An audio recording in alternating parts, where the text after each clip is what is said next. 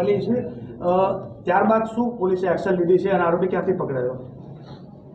ગઈ 14મી નવેમ્બર 2024ના રોજ પારડીના મોતીવાડા વિસ્તારમાં નિશાળ ફળિયા વિસ્તારમાં એક દીકરી 19 વર્ષની દીકરીને હોસ્પિટલ લાવવામાં હતી સાંજના 6:30 વાગ્યાના અરસામાં, અને દીકરીનું શંકાસ્પદ હાલતમાં મૃત્યુ થયેલું જણાતા તાત્કાલિક પોલીસની તમામ ટીમો ત્યાં પહોંચી ગઈ હતી.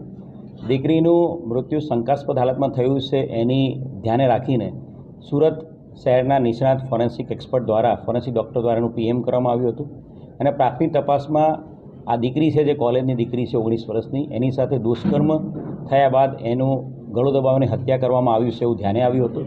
તાત્કાલિક ઘરના સભ્યની ફરિયાદ લેવામાં આવી હતી અને દુષ્કર્મ સાથે મર્ડરનો ગુનો દાખલ કરવામાં આવ્યો હતો. બનાવની ગંભીરતાને ધ્યાને રાખીને જિલ્લાના 4 DYSP, Pardi police station, crime branch, SOG સહિત જિલ્લાના અન્ય 10 પોલીસ સ્ટેશનના પીઆઈઓ, કુલ 12 જેટલા પીઆઈઓ, 20 પીએસઆઈ, 300થી વધુ પોલીસ, જીઆરડી, હોમગાર્ડ આ સમગ્ર બનાવમાં તપાસમાં જોડાયેલા હતા.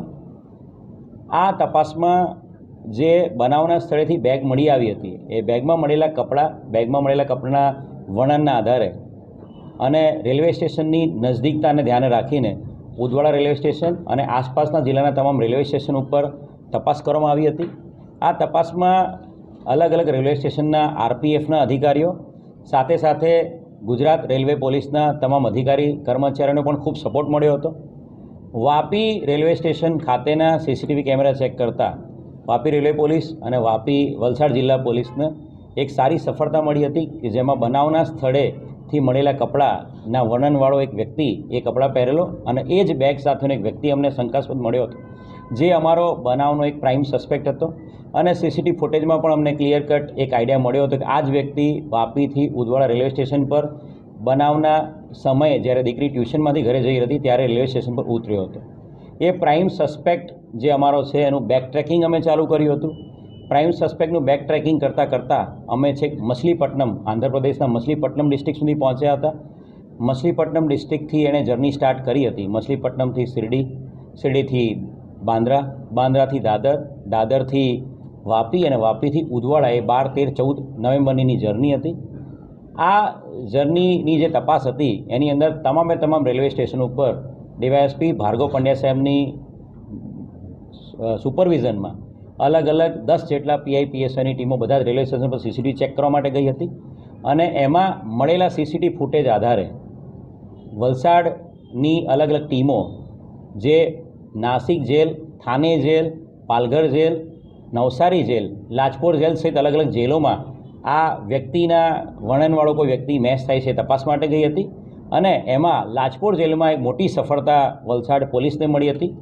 લાજપોર જેલ દ્વારા જે સોફ્ટવેર છે એના ડેટામાં જોધપુર સેન્ટ્રલ જેલમાં એક 18મી મે 2024ના રોજ છૂટેલો એક આરોપીના સાથે આ 80% આપણા આરોપી પ્રાઇમ સસ્પેક્ટનું વર્ણન મેચ થતું હતું. આપણો જે સસ્પેક્ટ હતો એ ડાબા પગેથી અપંગ છે, એ પગે એના લેફ્ટ લેગમાં ડિફોર્મિટી છે. જેલમાં તાત્કાલિક રાતોરાત એક ટ્રેનમાં પીએસઆઈની ટીમ મોકલીને જોધપુર સેન્ટ્રલ જેલના આઈજી સાહેબની મદદથી એનો તમામ ડેટા કાઢવામાં આવ્યો હતો અને જેલના ઇનમેટ પાસે પણ આ કન્ફર્મેશન કરવામાં આવ્યું હતું કે આ જે વર્ણનવાળો જે સોફ્ટવેરમાં વર્ણન મળે છે એ વ્યક્તિ પણ અપંગ છે.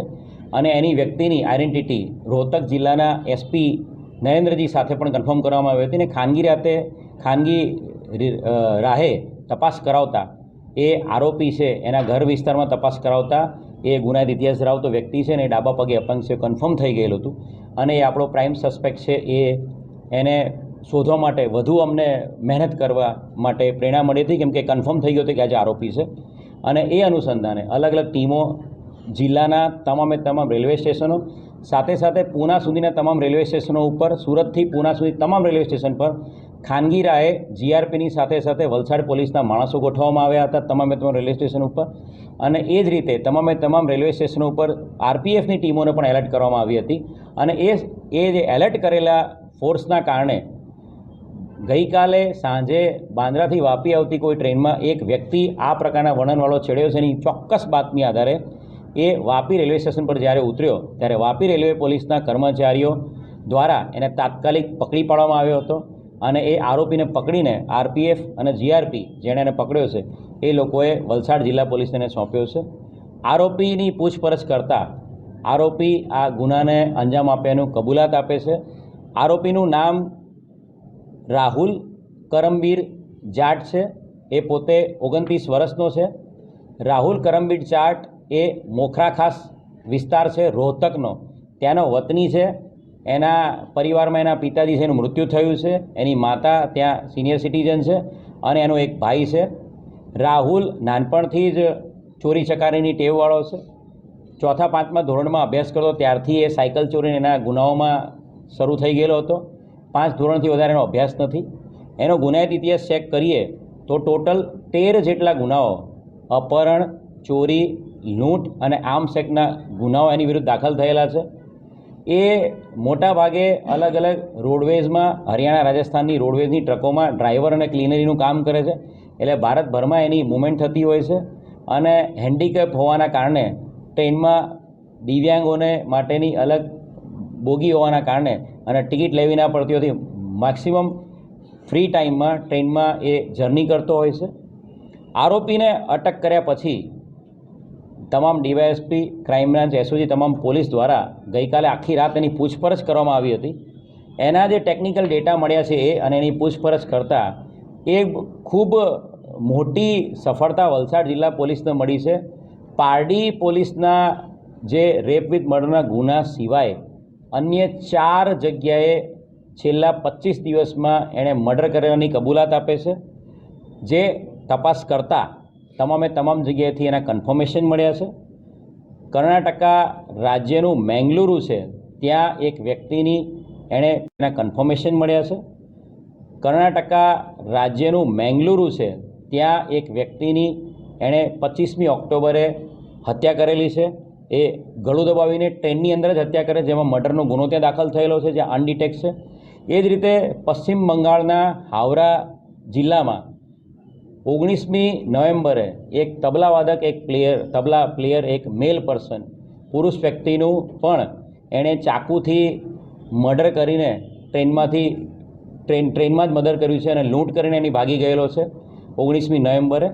અને ગઈકાલે જ્યારે એને વાપીમાં પકડવામાં આવ્યો છે, ત્યારે ગઈકાલે વહેલી સવારે પણ આંધ્રપ્રદેશ, તેલંગાણા રાજ્યના સિકંદરાબાદ વિસ્તારમાં એક મહિલાની સાથે એણે દુષ્કર્મ અને એનું ગળું દબાવીને હત્યા કરેલી છે. એમાં પણ તેલંગાણા સિકંદરાબાદમાં મર્ડરનો ગુનો દાખલ કરવામાં આવ્યો છે. આ 3 કેસો કર્ણાટક રાજ્યનું મેંગલુરુ પોલીસ સ્ટેશન, પશ્ચિમ બંગાળનું હાવરા અને તેલંગાણાનું સિકંદરાબાદ, એની સાથે સાથે પૂના કન્યાકુમારી ટ્રેન 17મીથી 21મી ઓક્ટોબર વચ્ચે એક મહિલાનું પણ એણે મોલેસ્ટેશન, રેપ વિથ મર્ડર કરેલાની કબૂલાત આપી રહ્યો છે. જે બાબતે ત્યાંની લોકલ પોલીસને અમે જાણ કરેલી છે. 3 રાજ્યોના, કર્ણાટક રાજ્ય, પશ્ચિમ બંગાળ રાજ્ય અને તેલંગાણા રાજ્યના 3 રાજ્યના બ્લાઇન્ડ કેસ પણ ડિટેક્ટ કરવામાં વલસાડ જિલ્લા પોલીસને સફળતા મળી છે. 5 મર્ડરના ગુનાઓનો ભેદ ઉકેલવામાં વલસાડ જિલ્લા પોલીસને સફળતા મળી છે. અને આ તમામ પોલીસને વલસાડ જિલ્લા પોલીસ દ્વારા જાણકારી આપવામાં આવી છે. અને તમામ જે તપાસ દરમિયાન જે ડેટાઝ અમને મળેલા છે એ તમામ ડેટાઝ પણ એમને પ્રોવાઈડ કરવામાં આવે છે. ખૂબ મોટી સફળતા માનનીય ગૃહ રાજ્યમંત્રી હર્ષ સંઘવી સાહેબના માર્ગદર્શનમાં, ડીજીપી વિકાસ સહાય સાહેબ અને ઇન્ચાર્જ રેન્જ આઈજી રાઘવેન્દ્ર વત્સ સાહેબના માર્ગદર્શનમાં સફળતા મળી છે અને એક મોટા સિરિયલ કિલરને પકડવામાં. એક આરોપી પકડાયો છે, 5 ગુનાઓ ડિટેક્ટ થયા છે. કેટલો જે સાથી છે આ સિરિયલ કિલર? આ વ્યક્તિ છે એ ઓલરેડી 13 જેટલા અલગ અલગ ગુનાઓ રાજસ્થાન, હરિયાણા, ઉત્તર પ્રદેશમાં કરી ચૂક્યો છે. એની વિરુદ્ધમાં આર્મ્સ એક્ટ, ચોરી, અપહરણ અને લૂંટના ગુના પણ દાખલ થયેલા છે. એ માણસ પોલીસની તપાસની ટેકનિકલ આસ્પેક્ટથી તદ્દન વાકેફ છે. પોતાના મોબાઈલ છે એ બદલી નાખવા, પોતાના સિમ કાર્ડ યુઝ કરતો એ બદલી નાખવા, પોતાના મોબાઈલ બનાવ પછી સ્વિચ ઓફ કરી દેવા, ટ્રેનમાં અવર જવર કરતા મુસાફરોના ફોન ચોરી લેવા, જેથી કરીને એનો IMEI નંબર કોઈ ટ્રેસ ના કરી શકે. એ તમામ વસ્તુઓથી એ વાકેફ છે અને એટલા માટે જ એને પકડવા માટે અમને લોકોને ઘણી બધી મહેનત કરવી પડી.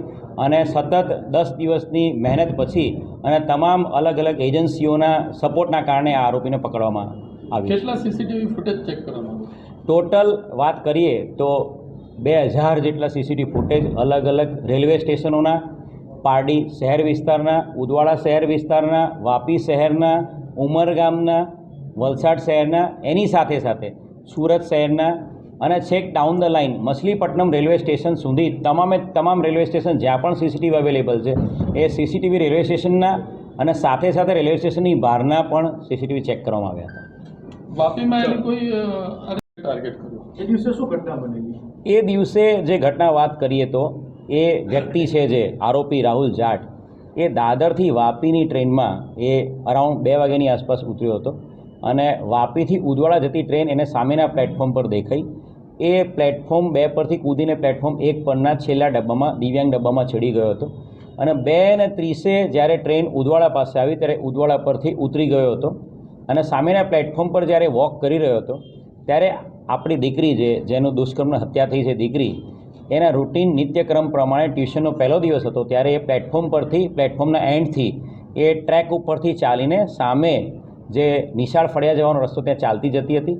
છોકરી ફોન પર વાત કરી રહી હતી ત્યારે એણે એની નજર પડી હતી કે આ એકલી દીકરી જઈ રહી છે. એની નજર પડતા એનો પીછો કર્યો હતો અને જ્યારે અવાવરું જગ્યા જ્યાં કોઈ વ્યક્તિની મૂવમેન્ટ નહોતી, નિશાળ ફળિયાથી 300 મીટર પહેલાં, ત્યારે એનું મોઢું દબાવી દીધું હતું, એને બેભાન કરી દીધી હતી અને એને જે ઝાડીવાળો એરિયા છે એમાં ફેંકીને એની સાથે એને દુષ્કર્મ કર્યું હતું અને એની આઈડેન્ટિટી છતી ના થાય એટલા માટે એણે દુષ્કર્મ કર્યા બાદ એનું ગળું દબાવીને એની હત્યા કરી નાખી હતી.